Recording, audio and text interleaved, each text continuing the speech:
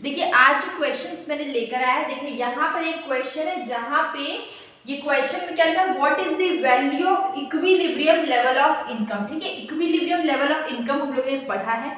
Equilibrium level of income क्या होता है, जहाँ पे aggregate demand is equal to aggregate supply. ठीक है, जब एडी देखिए यहाँ पे मैं बताती हूँ, यहाँ पे एक लाइन खींच लेते हैं। जब aggregate demand is equal to aggregate supply होगा, इस सिचुएशन को हम लोग क्या बोलते हैं, इक्विलिब्रियम लेवल ऑफ इनकम। ठीक है, जो कि हम लोग ने पढ़ा है। ठीक है, अब देखिए आपको बताना कि डेटा गिवन है और टी भी गिवन है और आई भी गिवन है, जी भी गिवन है। आपको क्या बताना है, इक्विलिब्रियम लेवल ऑफ इनकम। ठीक है, तो ये सी प्लस आई, एग्रीगेट डिमांड का फॉर्मूला अगर सी प्लस आई, हम जी भी ले रहे हैं क्योंकि यहाँ पे जी भी गवर्नमेंट सेक्टर भी गिवन है। और एग्रीगेट सप्लाई को आप y लिख सकते हैं, एग्रीगेट सप्लाई को आप क्या लिख सकते हैं, y लिख सकते हैं। तो c plus I plus G is equal to Y.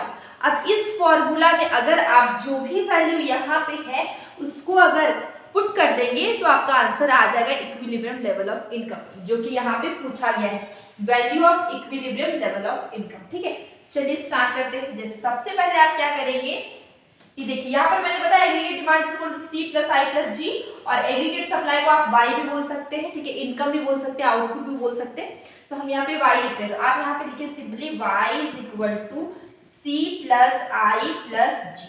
ये हो गया सी प्लस आई प्लस जी हो गया। अब देखिए वाई का वाई लिखेंगे, सी प्लस आई का वैल्यू, सी का वैल्यू क्या है, ये पूरा वैल्यू आप लिख लीजिए 50 प्लस 0.8।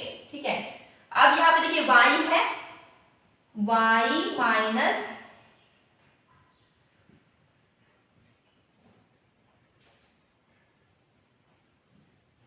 प्लस में हो जाएगा आपका, प्लस क्या होगा आपका g, प्लस में i, प्लस i आपको कितना है 100 है। यहाँ पे देखिए i का वैल्यू क्या है 100 है, प्लस g का वैल्यू अगर हम देख रहे, देखिए यहाँ पे g का वैल्यू क्या है 30। तो अब इस वैल्यू को बस आपको सॉल्व करना है, बहुत सिंपल है सॉल्व करना। देखिए यहाँ पे 50 का 50 हम लिखेंगे प्लस, ठीक है 0.8।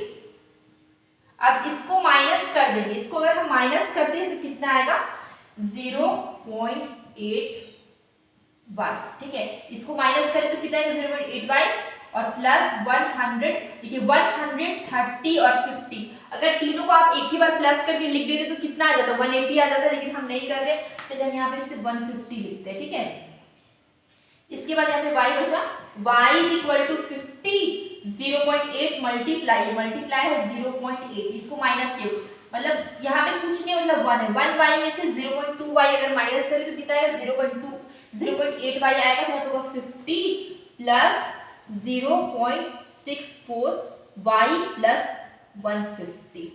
अब यहाँ पे थोड़ा सा आपको देखने में प्रॉब्लम होगा, तो हम लोग यहाँ पे बना लेते हैं इस क्वेश्चन को। ठीक है, अब इसी को हम लोग यहाँ पे सॉल्व कर रहे हैं थोड़ा सा। देखिए यहाँ पे क्या आ जाएगा y इज इक्वल टू, ठीक है ये 50 और ये 150, 50 और 150। ठीक है, यहाँ पे क्या, सॉरी यहाँ पे 100 था और यहाँ पे 30 था। ठीक है, तो यहाँ पे 130 होगा, 150 नहीं होगा, 130 होगा। देखिए यहाँ पे क्या था 100 था, यहाँ पे 30 था। ठीक है, यहाँ पे कितना 130 होगा, यहाँ पर 130 होगा। ठीक है, अब देखिए यहाँ पे y इज इक्वल टू 50 और ये 130, ये दोनों को अगर हम प्लस कर देंगे तो कितना आ जाएगा 180 आ गया आपका। ठीक है, इसके बाद देखिए प्लस में क्या है, ये 0.64 y, तो प्लस का साइन 0.64 y, ये हो गया। अब देखिए ये जो 0.64 y है ना, यहाँ पे ये इधर आ जाएगा तो क्या हो जाएगा, यहाँ पे प्लस का साइन इधर आएगा तो क्या हो जाएगा माइनस हो जाएगा।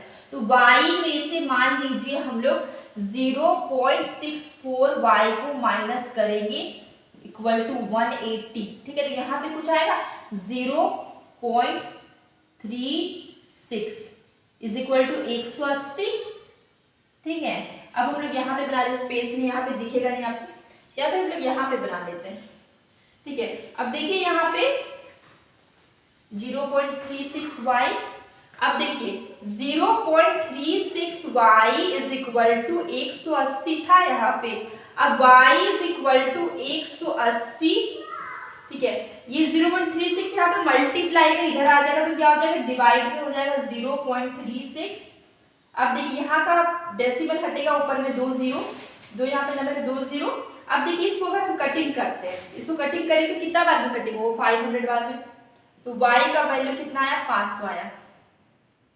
36 है ना, तो ये 18 और यहाँ पे 2 आएगा, फिर एक बार और कटिंग करें तो 500 आएगा। इसका आंसर क्या हो गया आपका, इसका आंसर हो गया आपका सी 500, इसका आंसर है 500। इस टाइप की इतने लेंदी क्वेश्चंस आते जो कि यहाँ पर जगह कम था इसलिए आपको मैंने थोड़ा सा यहाँ पे बताया, उसके बाद यहाँ पे, उसके बाद यहाँ पे, ठीक है। तो इस टाइप के क्वेश्चंस आप प्रैक्टिस करिए, एग्जाम में पूछा गया क्वेश्चन, अगर आप यूजीसी नेट के क्वेश्चन पेपर को प्रैक्टिस करते हैं तो न्यूमेरिकल क्वेश्चन आप अलग से यहाँ पे आप प्रैक्टिस कर सकते हैं, ठीक है, यहाँ पे इस चैनल में। और इस टाइप के क्वेश्चंस पूछे गए हैं और पूछे जा सकते हैं, तो इम्पोर्टेंट है। अब देखिए यहाँ पे सेकेंड क्वेश्चन हमारा ये था कि social welfare function was first introduced by, ठीक है। तो सोशल वेलफेयर फंक्शन किसने इंट्रोड्यूस किया, एडम स्मिथ। एडम स्मिथ कौन है, फादर ऑफ इकोनॉमिक्स, आप याद रखिए एडम स्मिथ कौन है, फादर ऑफ इकोनॉमिक्स है, ठीक है। जॉन रॉबिन्सन, ठीक है, कार्ल्डर या फिर बर्गसन, इसका आंसर होगा D Bergson. Social welfare function किसने इंट्रोड्यूस किया, बर्गसन ने। देखिए क्वेश्चन है इसमें आपका कि आपको बताना है गवर्नमेंट मल्टीप्लायर, ठीक है। इसमें फॉर्मूला क्या पूछा गया, government multiplier is given by, ठीक है। तो मान लीजिए आपको क्वेश्चन में गवर्नमेंट मल्टीप्लायर गिवन होगा, जहां पे सी क्या है, एमपीसी, एमपीसी क्या, मार्जिनल प्रोपेंसिटी टू कंज्यूम, ठीक है। टी क्या है, टैक्स रेट है, और इसमें से आपको बताना है 4 ऑप्शन में सही फॉर्मूला कौन सा है गवर्नमेंट मल्टीप्लायर का। और ये question very very important question है, तो इसका आंसर होगा आपका A, answer is A. Government multiplier का फॉर्मूला क्या है, 1/1 minus C 1 minus T, okay. तो ये आपको याद रखना है, ये फॉर्मूला आपको क्वेश्चन बनाते समय भी काम आएगा। इस फॉर्मूला से आपको काफी सारे क्वेश्चंस भी पूछे जाते हैं, इसलिए ये फॉर्मूला इंपॉर्टेंट है और डायरेक्टली ये फॉर्मूला भी पूछा जाता है, ठीक है। अब हम लोग देखते हैं which of these is an indirect tax, ठीक है। अब 4 ऑप्शन है आपके पास, आपको बताना है इनडायरेक्ट टैक्स क्या है। तो इनडायरेक्ट टैक्स में income tax, corporation tax, capital gain tax या एक्साइज ड्यूटी। तो हम लोग डायरेक्ट की बात नहीं कर रहे, इनडायरेक्ट की बात कर रहे, तो इसके अंदर आपका होगा एक्साइज ड्यूटी, जो कि क्या आता है, इनडायरेक्ट टैक्स में आता है, आंसर इज डी, ठीक है। और देखिए यहाँ पे क्वेश्चन है लॉ ऑफ डिमांड, ठीक है। लॉ ऑफ डिमांड आपको मैंने बहुत बार बताया है, लेकिन आप याद रखिए, ध्यान से सुनिए, higher the price lower the demand, मैंने ट्रिक भी याद करवाया था, higher the price lower the demand, higher the price lower the demand, lower the price higher the demand, lower the price higher the demand, ठीक है। Inverse relation होता है किसके बीच में, प्राइस के बीच में, क्वांटिटी डिमांड के बीच में। इतना आपको समझ में आ गया, आपसे क्वेश्चन बार बार पूछा जाएगा, आपको याद रखना है।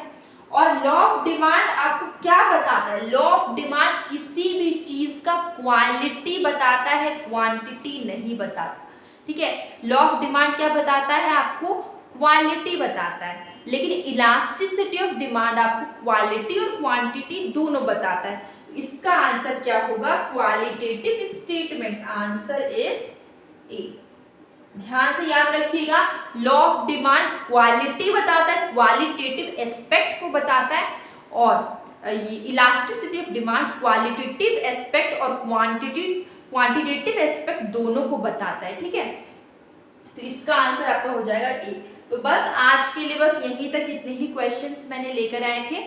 और अगर आपको किसी भी प्रकार का कोई भी डाउट हो, कोई भी क्वेश्चन पूछना हो, कहीं पर कंफ्यूजन हो, इकोनॉमिक्स का कोई चैप्टर पढ़ना हो, प्लीज़ मुझे कमेंट बॉक्स में ज़रूर बताइए। और अब हम लोग मिलेंगे कल एक न्यू वीडियो के साथ। मैं डेली रील्स डालती हूँ, रील्स में इकोनॉमिक्स के प्रीवियस ईयर के क्वेश्चंस पेपर होते हैं, क्वेश्चन पेपर्स के ही क्वेश्चंस होते हैं जो यूजीसी नेट के क्वेश्चन पेपर्स में आए हुए क्वेश्चंस हैं, तो वो भी आपके लिए बहुत हेल्पफुल होगा अगर आप यूजीसी नेट की प्रिपरेशन कर रहे हैं। तो अब हम लोग मिलेंगे कल एक बहुत अच्छी वीडियो के साथ।